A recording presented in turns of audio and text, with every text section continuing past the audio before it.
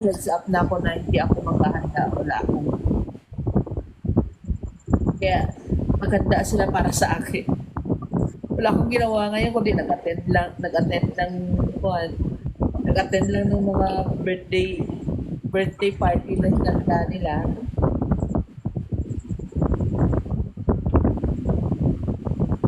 Ano gift? 44 ka na?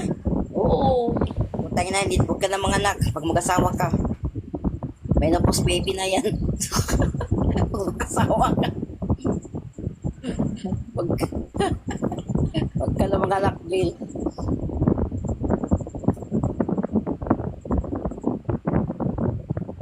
Oo, wala akong plano. Wala akong plano. Mag-asawa ka na, uy. Ganap mo na ako jowa bago ako mag-asawa. Mag-asawa ka na.